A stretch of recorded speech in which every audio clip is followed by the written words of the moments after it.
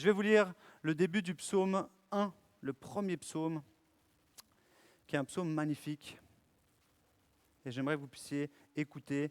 Je vais vous lire les 3 premiers versets. C'est ceux que j'ai lus tout à l'heure au briefing. Et ensuite, on va continuer dans ce message que j'aimerais vraiment remettre entre les mains de Dieu. Seigneur, merci. Saint-Esprit, agis à travers ta parole, touche des cœurs. Amen. Heureux l'homme, la femme, bien entendu, qui ne suit pas le conseil des méchants, qui ne s'arrête pas sur la voie des pécheurs et ne s'assied pas en compagnie des moqueurs, mais qui trouve son plaisir dans la loi de l'Éternel et la médite jour et nuit. Il ressemble à un arbre planté près d'un cours d'eau. Il donne son fruit en sa saison et son feuillage ne se flétrit pas. Tout ce qu'il fait lui réussit. Amen. Je ne sais pas toi, mais moi, perso, j'aimerais réussir tout ce que je fais. Je ne suis pas le seul, non? Je ne suis pas le seul fou à vouloir réussir tout ce que je fais quand même. Vous aussi.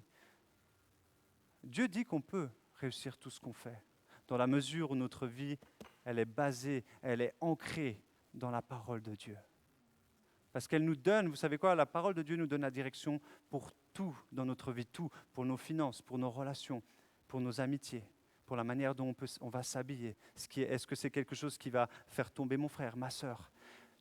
La Bible nous donne toutes les informations dont nous avons besoin pour réussir notre vie ici sur terre et pour la vivre éternellement. Amen. J'ai l'impression que ces jours, vous avez vu, la semaine dernière, je vous ai parlé de mon tournesol, d'ailleurs il est toujours là, et je me sens peut-être l'âme d'un jardinier, je ne sais pas si c'est parce que c'est l'été, j'ai envie de faire pousser des tomates ou je ne sais quoi, mais j'ai envie de prendre justement, ce soir, j'ai envie de prendre justement ce petit arbuste, ce petit olivier, pour illustrer en fait ce que je vais vous partager ce soir. Je crois que Dieu nous donne aussi la créativité. Hein. Vous voyez, c'est un des piliers aussi. C'est une des choses sur laquelle Dieu veut travailler dans nos cœurs, dans notre personne. Et une des choses, je pense qu'il y a 2 semaines, j'ai parlé donc de cette course de relais. Et je pense que certains d'entre vous, vous n'avez peut-être pas du tout suivi le message, mais une chose que vous avez suivi, c'est qu'il y avait un bâton. Et que ce bâton, il faut le passer. Et que ce bâton, ça concerne ta vie que tu passes à l'autre. C'est la vie de Dieu que tu veux transmettre. Vous vous rappelez de ça? Les illustrations, c'est aussi là où il faut demander, mais Seigneur, comment tu veux parler? Comment tu veux nous parler? De quelle manière on peut comprendre ce que tu veux nous dire aujourd'hui? Et je pense que quand on cherche, le jour où vous êtes appelé à parler de Dieu, je parle devant des gens, demandez toujours, Seigneur, de quelle manière tu veux leur communiquer ta parole? Parce que parfois c'est trop compliqué. Prenons des choses simples et ce soir j'ai envie de vous parler avec ce petit arbuste parce que je crois qu'il va vous aider aussi à comprendre ce que Dieu veut faire dans notre vie, dans votre vie. On est à la veille de l'été, ou pour la plupart d'entre nous, on est l'été, hein. Bien sûr c'était le 20 juin, on a entendu c'était pas le 21 mais c'était le 20 juin dans la nuit. On est en vacances, pour la plupart d'entre vous, vous êtes en vacances, pour la plupart d'entre vous, vous avez déjà enlevé les couches d'habits, et on n'en enlève pas plus s'il vous plaît, mais on a enlevé les couches d'habits parce qu'il fait chaud. Mais qu'est-ce qui va se passer maintenant pendant 2 mois? Qu'est-ce qui va se passer maintenant pendant juillet et août? Et moi, j'aimerais vous parler de mon été de rêve. Finalement, justement, à quoi ressemble l'été auquel je pense et cet été de rêve? Et en fait, avant de vous parler de mon été de rêve, vous savez ce que j'ai envie qu'on fasse? Non, je vais vous le dire. On va tous prendre 2-3 minutes, il est 21h04. Ce soir, je n'ai pas prévu un long message, j'ai envie vraiment de vous interpeller, mais que vous soyez les acteurs de votre été. Donc ce que vous allez faire, vous allez prendre votre téléphone portable. Si tu n'as pas de téléphone portable, dis-moi qui tu es, parce que je serais très étonné. Et tu vas prendre dans tes notes et tu vas prendre 3 minutes pour décrire en quelques mots à quoi ressemblerait ton été de rêve. Et tu ne mens pas, hein, parce que moi je vais te dire la vérité. Moi, ça serait d'être en maillot de bain à Hawaï, okay, de pouvoir manger des fruits exotiques, de pouvoir me balader, de pouvoir visiter, marcher, découvrir des lieux, être avec des potes, etc., etc. Faire du surf avec mon ami Louis, hein, il serait super content, je suis sûr, etc. Et tu sais quoi, je vais te dire une chose avant que tu continues. Fais pas le trop spirituel, sois honnête avec toi-même. D'accord? Juste pose, ça serait quoi ton été de rêve si tu avais le choix aujourd'hui entre ce fin juin et fin août, à quoi ça ressemblerait? Écris en quelques mots mon été de rêve, d'accord? Et là-dessus, tu mets ce que tu veux dedans. Je vais essayer de le faire, parce que je ne l'ai pas encore fait. L'été, c'est une saison vraiment top, quoi. Perso, moi, je suis fan de l'été. Comme je vous l'ai dit, j'aime le soleil. Je suis roux, mais je me protège et j'aime être au soleil. Donc, j'avoue que j'apprécie d'être en Suisse, le fait qu'on ait 4 saisons très distinctes, mais je m'attends souvent à l'été. Je suis là, je suis content de pouvoir être en short, je suis content d'être à l'air libre, je suis content d'aller dans l'eau. Et je ne sais pas vous, qui c'est qui aime trop l'été, quoi? Qui c'est qui se réjouit? Lève bien ta main. Il y en a, voilà. Ah, bah. Et qui c'est qui aime être en vacances aussi, juste comme ça, même si ce n'était pas l'été? Et qui c'est qui aime être en vacances l'été? Finalement, là, tu combines les deux, quoi. Donc, il y en a quand même pas mal. Mais vous savez quoi? Je me suis dit une chose, parce que je suis quand même pasteur jeunesse. Donc, moi, ce qui m'intéresse, c'est votre vie. D'accord? Quand je dis, moi, je ne suis pas là pour parler à des gens qui sont. Moi, je veux savoir qu'est-ce que vous vivez, quels sont vos combats. Et ce que je me dis, ça fait 4 ans et demi maintenant que je suis avec, que je sers les jeunes, que je suis avec vous. Et je me dis, mais c'est quoi le défi quand tu es à la veille de ton été, quand tu viens de finir tes examens, qu'est-ce qui se passe dans ta tête? Et je me suis dit, pour certains, c'est youpi, délivrance, plus d'école, plus ma prof, plus mes devoirs, tout ça. Liberté! Je vais dormir justement toute la journée, comme disait Joyce. Je vais manger ce que je veux, je vais faire ce que je veux. Et en fait, finalement, je fais 2 mois, ces 2 mois-là. Ces 2 mois à moi, ils sont pour moi. Je ne vais pas te faire lever la main, mais je pense que beaucoup d'entre vous, c'est à quoi vous pensez. C'est yes! Et puis en même temps, il y a un peu, et j'ai envie de dire, et là je vous parle à des gens qui ont envie de chercher Jésus, parce que si vous êtes là, c'est que vous avez envie de connaître Jésus. Que tu sois là pour la première fois, ou la dernière fois, ou la millième fois, si tu es là, c'est que tu veux chercher davantage Jésus, tu veux le connaître un peu plus. C'est pour ça, personne ne t'a forcé à venir.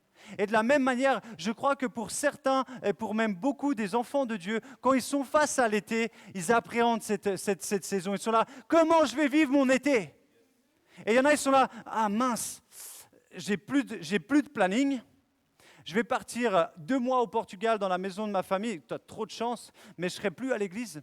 Et finalement, comment je vais tenir le coup pendant 2 mois si je ne suis pas proche de ma communauté? Et puis finalement, il y a entre un peu de crainte, de l'appréhension, puis en même temps, certains, vous savez quoi, vous prenez cette période à la légère en disant, bah, peu importe, de toute façon, si je ne vais pas 2 mois à l'église, hein. Je vous dis ça, vous savez quoi? Je ne vous dis pas ça en rigolant ou dans le sens, ouais, c'est la réalité. Je suis sûr que vous pouvez tous dire avec moi, oui, c'est vrai, parce que devant l'été, on a une multitude d'opportunités. La plupart d'entre vous, vous êtes déjà bien bénis parce que vous partez en vacances. C'est déjà une grande chance. Parce que, vous savez quoi, j'ai eu la chance justement de partir dans beaucoup de pays du monde, et un de ces pays, c'était la Chine, il y a plusieurs années. J'ai été dans un village où j'ai rencontré des gens qui n'avaient pas déplacé, qui n'avaient jamais fait 2 heures de bus. En fait, ils étaient restés dans leur village, ils avaient fait peut-être 30 minutes de marche, mais ils n'avaient jamais pris le bus. Nous, on est là, mince, les avions, là, maintenant, je ne sais pas si on va pouvoir les prendre de la même manière, EasyJet, etc., depuis le Covid. On prend l'habitude, finalement, de faire ce qu'on veut. Et l'été, on se dit, on peut faire ce qu'on veut. Et finalement, en fait, ça devient quelque chose qui peut nous éloigner de Dieu. Mais j'aimerais vous dire une chose, c'est pas fait pour ça l'été. C'est pas parce que tu es livré à toi-même, c'est pas parce que finalement tu n'as plus besoin d'aller à l'école, c'est pas parce que tu as du temps pour dormir, tu as du temps pour aller regarder Royaume de Jésus sur Instagram, mais pas à 2 heures du matin. C'est pas parce que tu as une grande liberté que tu ne peux pas être attaché à Jésus. Merci Marthe. Amen. Ta foi, tu sais quoi? Je dis, ta foi, elle ne doit pas ressembler aux saisons, dans lesquelles on vit. Tu vois, l'hiver, je suis là, je suis un peu frileux, je ne vais pas à fond. Le printemps, ouais, je commence à aller vers Jésus. L'automne, c'est moyen. Je tiens un peu, si un coup de vent, je tombe. Et puis l'été, c'est la débandade, je fais ce que je veux. On n'est pas censé avoir une foi qui dépend des saisons, qui dépend des choses qui sont autour de nous, ou qui dépend finalement du temps qu'on a accessible devant nous. Notre foi, elle doit dépendre de notre relation avec Jésus. Elle doit dépendre de notre temps d'intimité, comme l'avait dit aussi Yannick il y a quelques semaines, finalement du temps qu'on passe avec Jésus, dans la prière, dans la lecture, avec tes frères et sœurs, dans la maison de Dieu. Comme je vous ai dit dans ce psaume, Pour moi, un été avec Jésus, ça ressemble à un arbre qui pousse finalement, qui est connecté, qui est proche d'un cours d'eau et qui va continuer de grandir, qui va continuer de grandir et qui donne son fruit en toute saison et qui porte des fruits en toute saison. La semaine dernière, si vous vous rappelez, le titre que j'avais donné à mon message, certains vous rappelez, c'était quoi? Inès? C'était oui. Est-ce que quelqu'un se rappelle? Parce qu'on vient, mais des fois je me dis, mais est-ce que vous écoutez ou pas? Non? D'accord. Personne. Croire avant de voir, c'était juste, c'était la pensée, c'était avant les fruits. Avant les fruits. Avant les fruits du tournesol, avant les graines, avant la fleur. Finalement, c'est ça, c'est croire avant de voir. Moi, j'aimerais vous encourager. Je vais pas faire la morale ce soir, vraiment pas. Hein. Vraiment pas. Mais je l'ai dit, hein, je sens qu'on est vraiment dans une saison où, les amis, ça va s'accélérer. Et si je vous dis ça, c'est parce que c'est pour votre bien. Ça va s'accélérer, pas dans les bonnes parties, pas dans le bon côté, dans les ténèbres, les amis. Les ténèbres, ils vont devenir de plus en plus épais. Les tentations, elles vont devenir de plus en plus fortes. Mais je l'ai dit la semaine dernière, on n'est pas appelé à être mené par nos tentations. On est appelé à vaincre les tentations par l'Esprit de Dieu qui est en nous. Amen. On ne vient pas juste pour venir, on vient, moi je vous dis, hein, quand il y a une parole, demandez au Seigneur, je veux saisir la parole que tu as pour moi. Moi je fais que ce que je peux, mais c'est Jésus à travers moi et à travers ta foi, à travers ce que toi tu vas prendre, qui va faire germer la graine qui est en toi. C'est à toi de jouer, c'est à toi de jouer. Et ce soir, j'ai juste envie de vous dire, en toute saison, même l'été, même pendant les vacances, tu es appelé à grandir, tu es appelé à porter du fruit avec Jésus. Amen. Si tu es fatigué, frappe ton voisin. Si tu vois ton voisin qui s'endort, frappe-le avec amour. D'accord? Avec amour, réveille-le. Si tu vois qu'il s'endort, hein, si tu vois Sébastien qui est en train de somnoler, tu lui dis « Réveille-toi, Seb !» Non, je vous embête. Mais on va rester 10 minutes. Je vous demande 10 minutes. Regardez, j'ai 2 feuilles. C'est vachement court.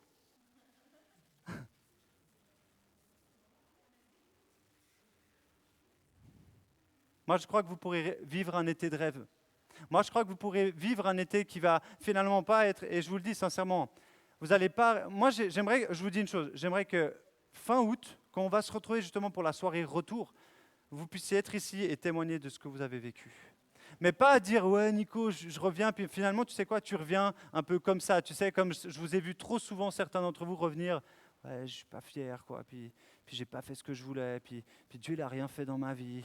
Puis finalement, tu reviens défaitiste parce que t'as pas pris du temps avec le Seigneur, parce que tu lui as pas fait confiance, parce que finalement, tu as fait des choix qui t'ont éloigné de Dieu. Moi, j'aimerais que à la fin de l'été, je le dis déjà, vous aurez la place de témoigner ce que Dieu a fait dans ta vie durant ton été. Et que tu puisses dire, waouh, pour la première fois, j'ai prié pour un gars sur la plage. Oui, j'étais à la plage, c'est vrai, mais j'ai prié pour quelqu'un. Et par le Saint-Esprit, cette personne a été touchée.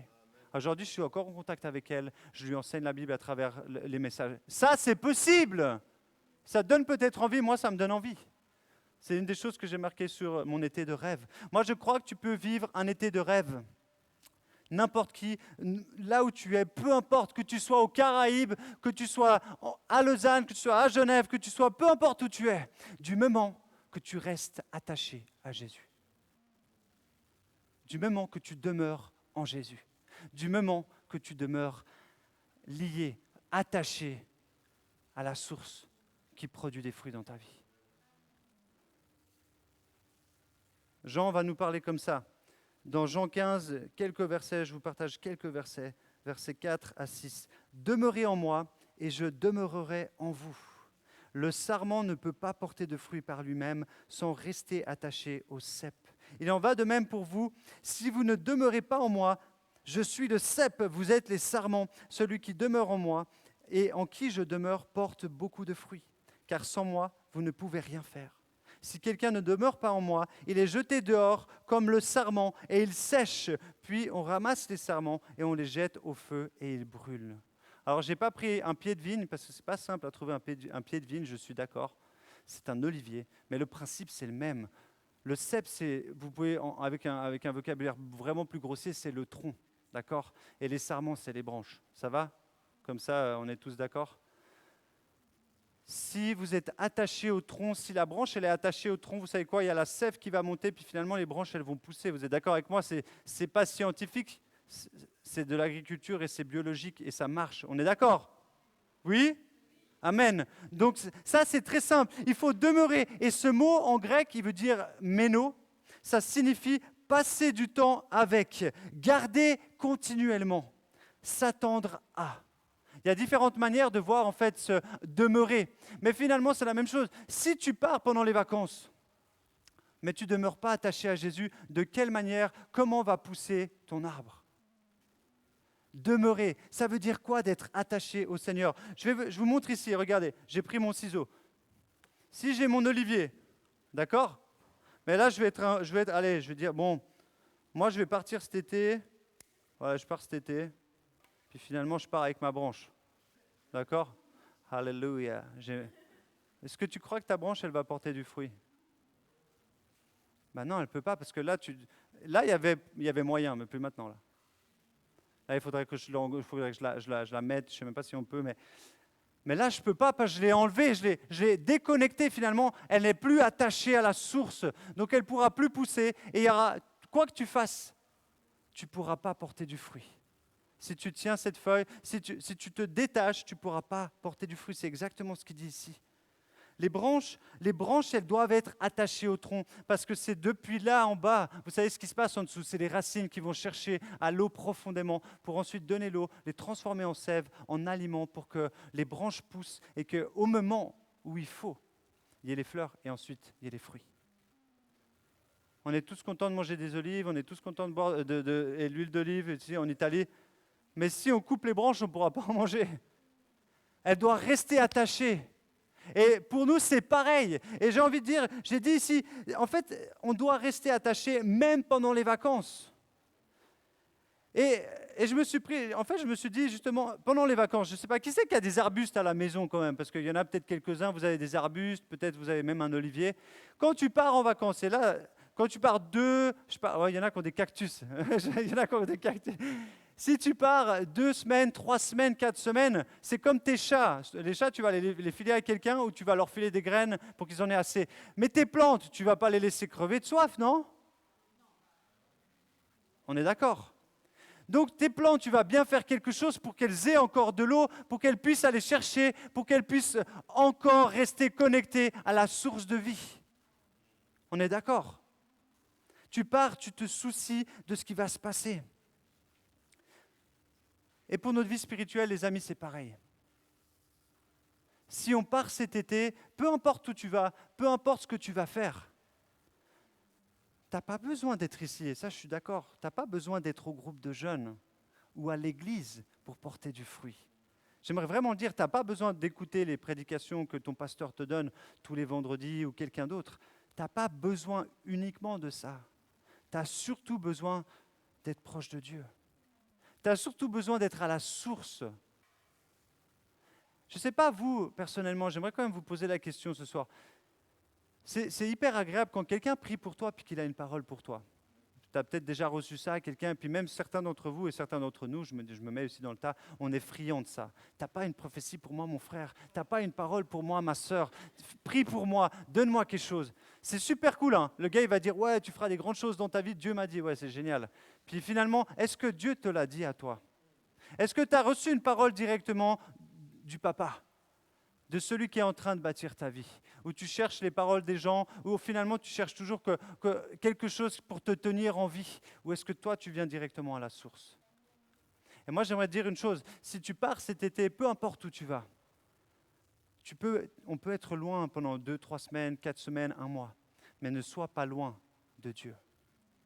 Tu dois rester continuellement, j'ai dit ici, gardez continuellement ton cœur finalement, garde continuellement ton cœur. Dans Psaume 119, il dit, comment le jeune homme rendra-t-il son sentier pur? Je garde ta parole contre moi, afin de ne pas m'égarer de tes commandements, de ta loi, afin de ne pas pécher contre toi. Je la garde contre mon cœur.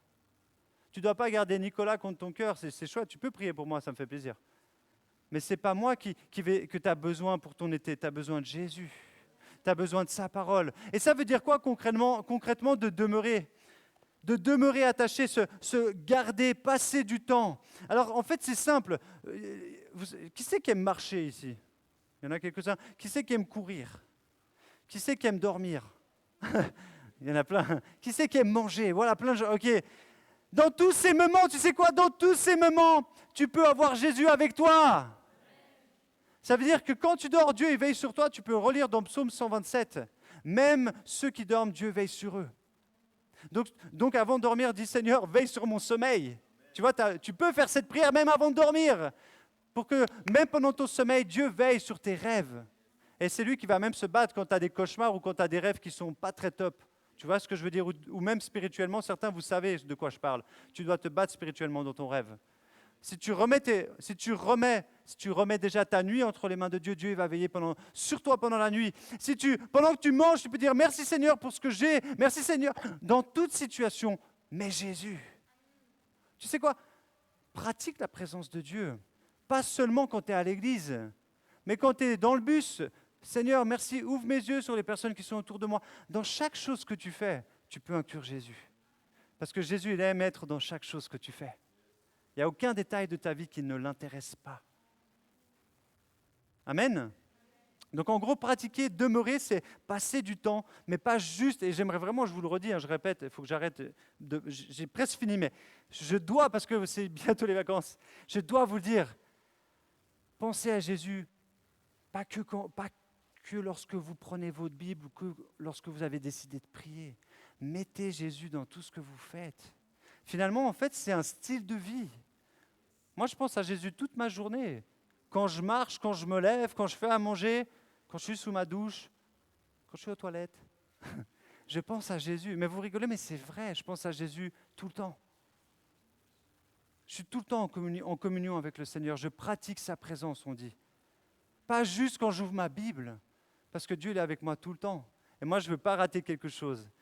Je veux être tout le temps au taquet. Alors, passe du temps, pratique la présence de Dieu. Bien sûr, lis ta Bible. On le répète sans cesse, hein, mais c'est normal et je le répéterai jusqu'à ma mort.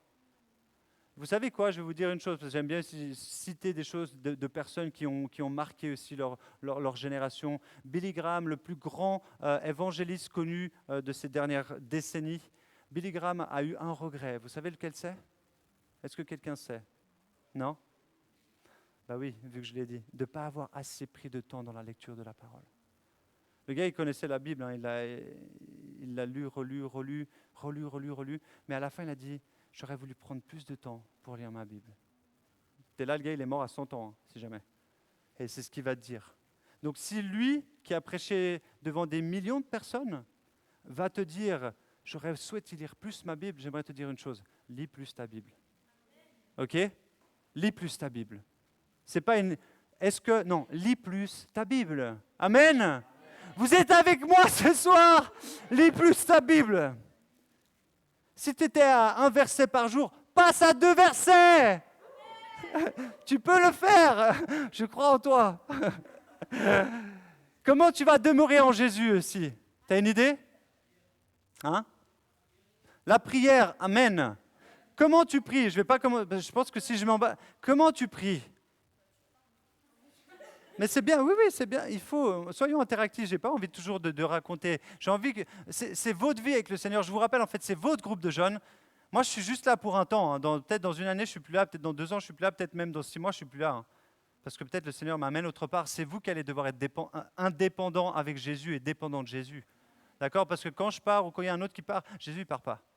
C'est ça que vous devez comprendre. D'accord? La prière, c'est quoi tout simplement? C'est je parle avec mon Dieu. Je communique avec le Créateur. Je communique avec celui qui m'a souhaité. Et je viens vers lui et je déverse mon cœur. Et aussi, je m'attends à lui. Et en fait, je me tais.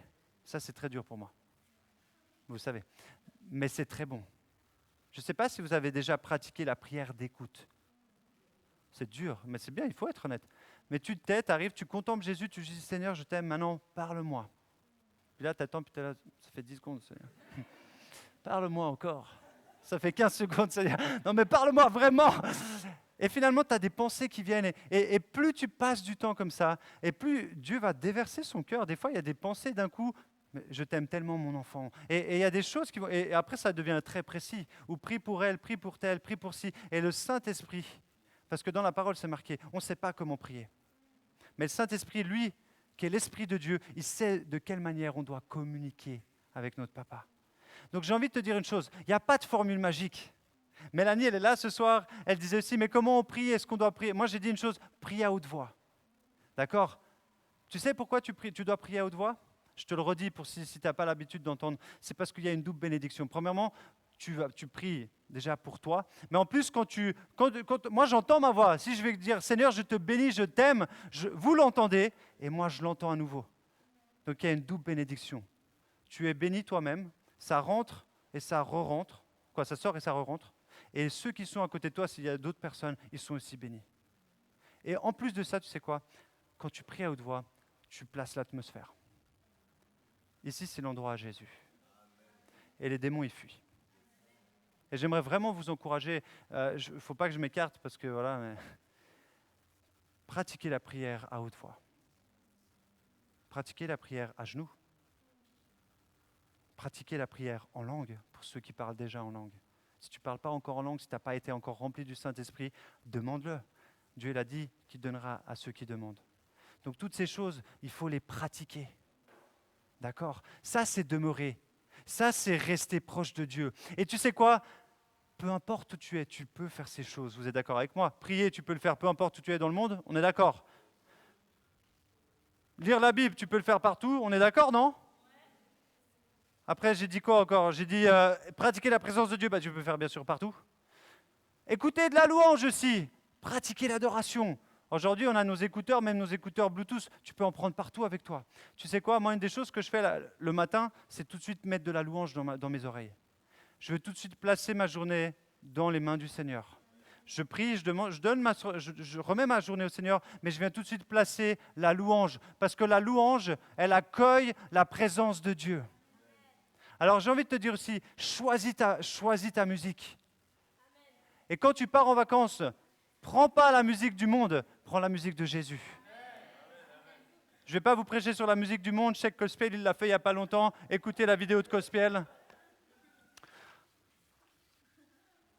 Et une des autres choses que j'aimerais vous dire, et après j'arriverai déjà sur la conclusion, demeurer en Christ, vous savez ce que c'est? Et là par contre je vais être intransigeant.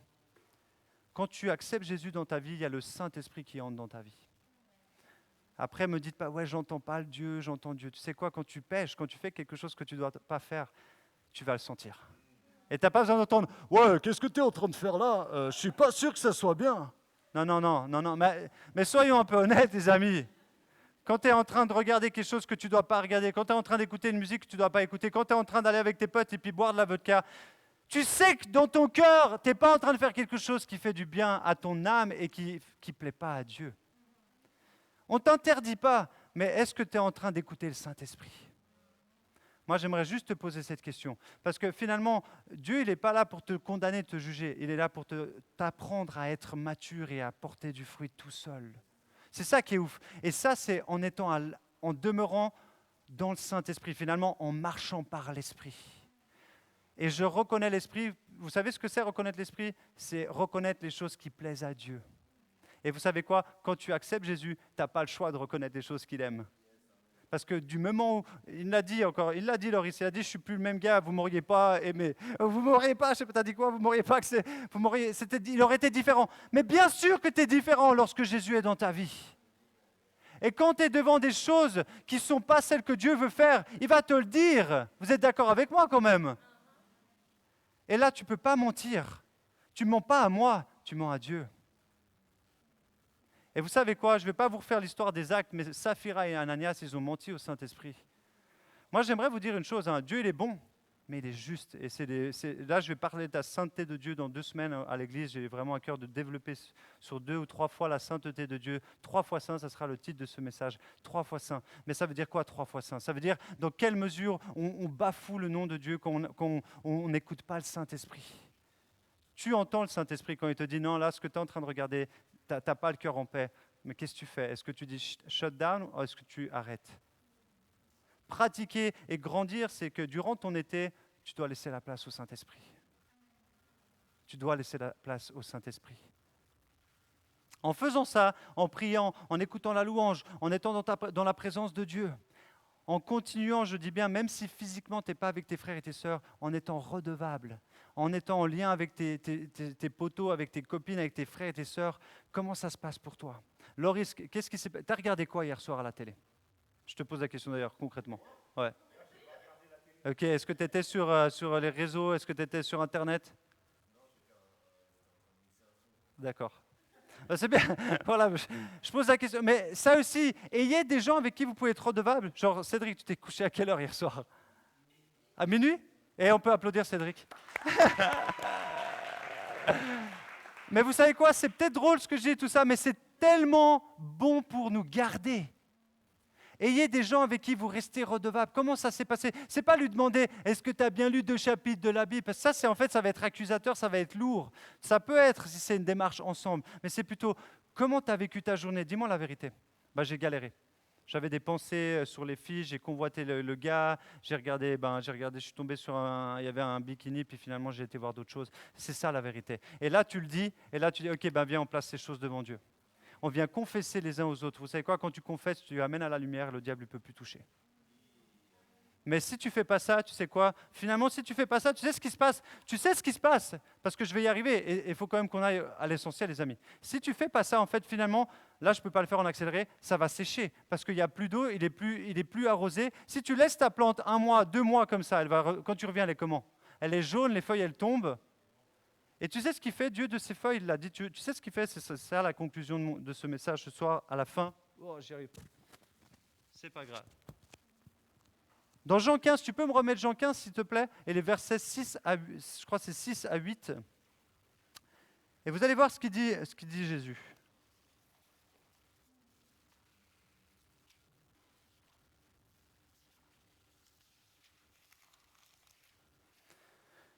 Et là, après, il va dire donc, si quelqu'un demeure en moi, si quelqu'un ne demeure pas en moi, il est jeté dehors comme le sarment et il sèche.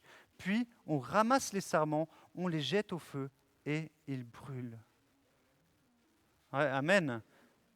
J'aimerais juste vous dire une chose. Dieu, il est saint, il est parfaitement saint. Il n'accepte pas les choses qui sont à l'opposé de sa nature. Donc tout ce qui finalement n'est pas de sa nature, c'est-à-dire tout ce que le Saint-Esprit vous dit, ça, c'est pas bon, il n'a pas envie. Et finalement, moins tu cultives, moins tu demeures en Christ, plus tu vas laisser le péché détruire ta vie. Et lorsque tu es sec, tu sais ce qu'il fait Dieu? Il ne va pas dire ah bon, qu'est-ce que tu as. Non, il jette loin parce que ça ne sert à rien. Si je reviens dans 3 mois et que j'ai rien fait avec mon olivier, mais j'en ferai quoi de mon olivier? Il ne servira à rien. Et j'aimerais juste vous dire une chose. Vous savez, moi je crois à un Dieu qui est bon, mais je ne crois pas que j'ai pas envie de prêcher, on ira tous au paradis. Et j'aimerais vraiment vous le dire. Parce que comme je vous ai dit, je crois que le confinement, il a changé quelque chose dans mon cœur. Vous l'avez peut-être entendu et ça va vraiment changer. Et peu importe ce qui va se passer, s'il y en a, ils vont dire, ouais Nico, il commence à être trop taré. Ben oui, parce que vous savez quoi, moi j'ai des comptes à rendre pour votre vie. Et si je vous commence à vous prêcher, ouais, ça ira, t'inquiète pas, tu peux flirter avec ce péché, t'inquiète pas, Dieu il est bon. Non, tu auras des comptes à rendre. Tout ce que tu auras dit, tout ce que tu auras fait dans le secret, tu devras rendre des comptes à Dieu.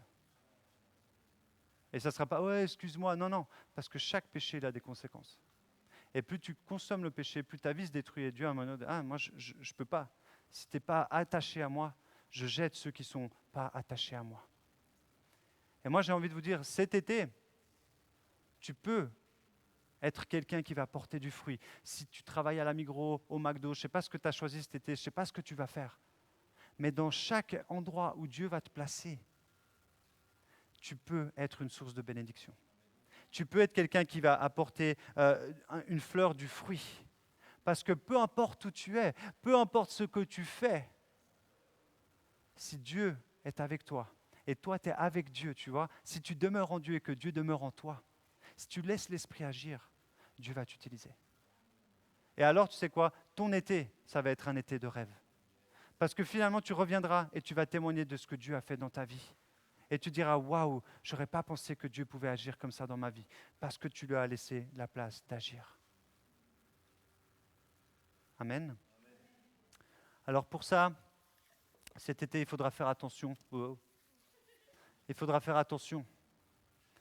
Et on l'a entendu, il y a certaines personnes, et on va l'entendre encore après avec le témoignage aussi et un chant de Cédric. Je ne sais pas ce que c'est ta faiblesse, je ne sais pas les domaines dans lesquels tu te bats. Moi, je sais que la musique, j'ai été beaucoup dans la musique électronique. Aujourd'hui, il suffit que j'entende la minimale de la musique électronique, il faut que je m'éloigne. Je vous le dis, il faut que je m'en éloigne. Parce que je retombe dans quelque chose qui me met en transe et finalement je veux reprendre de la drogue. Et c'est fou, c'est comme si ça m'attirait. Je vous le dis, c'est une fragilité que j'ai dans laquelle je dois me battre. Et fuis le péché, mon ami. Si tu es fragile, tu fuis le péché. C'est pas « ouais, ça a l'air pas mal ». Non, tu te barres en courant. C'est ça que tu dois faire. C'est « warning, bing, bing, bing ». Tu dois faire attention. Et si pour toi, c'est les réseaux sociaux, ça te prend la tête, puis finalement, tu vas regarder lui, puis en fait, tu te compares et tu commences à dire, ouais, t'as vu, lui, il a 350 followers. Puis finalement, ça te rend dépressif parce que vous savez quoi? Les réseaux sociaux rendent les gens dépressifs. Beaucoup. Ou si tu commences à aller sur des sites ou je ne sais quoi qui ne sont pas bons, warning, tu jettes ton téléphone, tu le donnes à ta mère, à ton père, à ton voisin, au moins pendant les nuits, et puis le lendemain, pendant la journée, tu reprends ton téléphone. Et ce qu'il a dit, j'aimerais juste rebondir là-dessus. La nuit, les amis, c'est pour ça que je suis très drastique avec les jeunes. Pendant le confinement, je leur ai dit, arrêtez de vous coucher à 3 heures du matin. Parce que tu sais quoi que tu sois, qui que tu sois, hein, même n'importe quoi, tu étais super connecté avec le Seigneur toute ta journée. Le soir, il y a quelque chose qui se passe. Tu me dis, ouais, moi, je suis hyper fort avec mon copain, ma copine. Si on regarde un film, t'inquiète pas, le Seigneur, il nous garde, on aime tellement Jésus. Puis finalement, je mets ma main sur sa cuisse, mais j'aime tellement Jésus. Et puis finalement, tu crois, mais tu sais quoi, ça se passe comme ça. Parce que tu l'as fait à 10h, 11h du soir. Mais si tu fais ça à 2h de l'après-midi, c'est marrant, il y a quand même quelque chose. Non, c'est pas pareil parce qu'il y a de la lumière. Et finalement, c'est vrai, c'est psychologique. Le fait qu'il fasse nuit, tu te dis, t'es caché, on ne me voit pas. Mais c'est faux. Dieu te voit. Alors fais attention, d'accord? Je ne vais pas continuer plus. J'aimerais juste vous encourager. Vous savez ce qu'on va faire? On va écrire maintenant qu'on a pris 3 minutes pour écrire ton été de rêve. Je ne sais pas à quoi il ressemble. En dessous, tu vas mettre « Mon été de rêve avec Jésus ». D'accord? Là, c'était « Mon été de rêve sans Jésus » ou selon ton projet, peut-être tu avais mis Jésus dessus et c'est top. Et là, maintenant, en fait, finalement, tu vas dire « Seigneur, garde-moi cet été. J'aimerais pouvoir peut-être, je ne sais pas, grandir juste dans mon amour pour toi. Te place pas, j'aimerais lire 3 fois la Bible cet été. Fais-toi pas des objectifs irréalistes. Mais dis cet été, Seigneur, j'aimerais être avec toi, j'aimerais demeurer avec toi, j'aimerais pratiquer la présence de Dieu. Et j'aimerais peut-être à la fin de cet été pouvoir témoigner de ce que tu as fait dans ma vie. Alors j'aimerais que vous puissiez maintenant, on va prendre 2-3 minutes, vous pouvez commencer à écrire peut-être ce que vous souhaiteriez vivre avec Jésus cet été. Je vous relis le début de ce psaume 1. Heureux l'homme, la femme qui ne suit pas le conseil des méchants, qui ne s'arrête pas sur la voie des pécheurs et ne s'assied pas en compagnie des moqueurs, mais qui trouve son plaisir dans la loi de l'Éternel et la médite jour et nuit. Il ressemble à un arbre planté près d'un cours d'eau. Il donne son fruit en sa saison et son feuillage ne se flétrit pas. Tout ce qu'il fait lui réussit.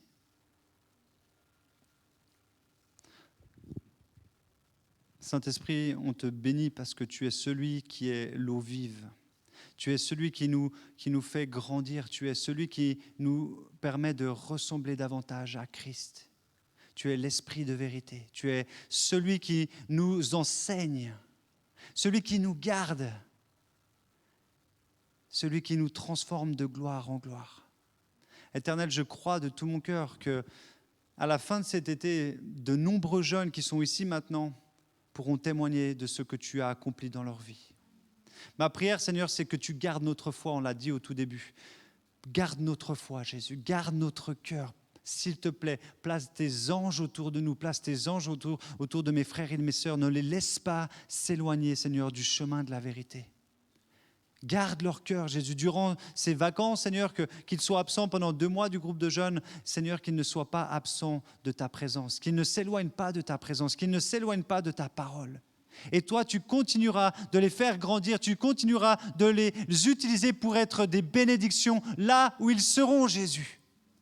Et au retour, Seigneur, ils diront, voilà ce que Dieu a fait. Ils viendront et ils partageront et ils te rendront gloire, Seigneur, parce qu'ils auront porté beaucoup de fruits. Seigneur, c'est mon désir et je te prie vraiment de les garder. Je prie, Seigneur, que toi, tu les conduises. Je prie que tu les interpelles et je prie une chose, qu'ils t'obéissent, Saint-Esprit. Je prie que tu augmentes leur conscience du bien et du mal, qu'ils ne puissent pas rester, Seigneur, bien lorsqu'ils écoutent, qu'ils désobéissent au Saint-Esprit. C'est vraiment ma prière ce soir, Saint-Esprit. Garde-les et qu'ils aient envie de marcher selon la vérité. On prie en ton nom, Jésus, et on se réjouit de cet été. Amen.